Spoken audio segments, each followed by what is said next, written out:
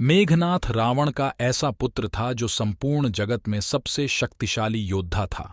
उसने भगवान ब्रह्मा, विष्णु व महेश के महान अस्त्रों ब्रह्मास्त्र, नारायण अस्त्र, पशुपति अस्त्र प्राप्त किए हुए थे।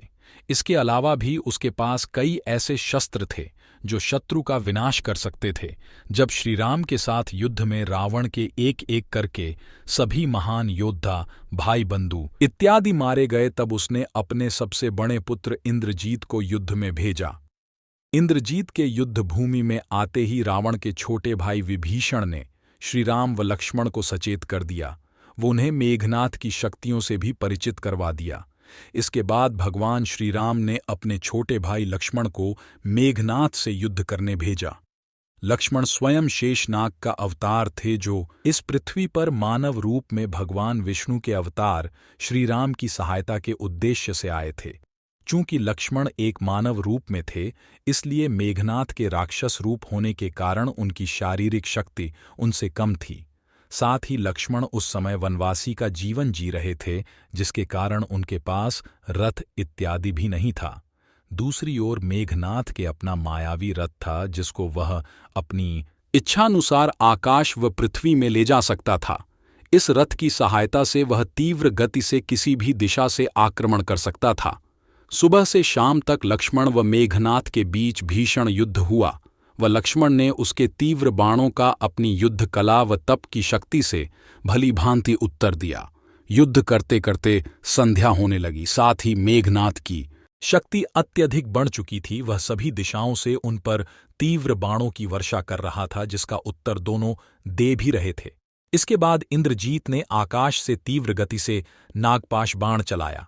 वह भगवान श्रीराम व लक्ष्मण दोनों को उससे बांध दिया। वह बाण इतना शक्तिशाली था कि दोनों वनवासी उसमें बंधकर उसी समय मूर्छित हो गए। वह धीरे धीरे मृत्यु के मुख में जाने लगे। इस अस्त्र का निर्माण स्वयं भगवान ब्रह्मा ने किया था, जो मनुष्य से लिपटने के पश्चात उनके प्राण लेकर ही छोड़ता है। पूरी वानर सेना में उदासी छा गई। वह जामवंत, सुग्रीव, विभीषण, किसी को भी इसका उपचार नहीं पता था। सभी विलाप कर रहे थे। वह अपनी हार मान चुके थे। उधर माता सीता भी इस समाचार को सुनकर अत्यंत विलाप करने लगी। वह रावण के महल में खुशियां शुरू हो गई।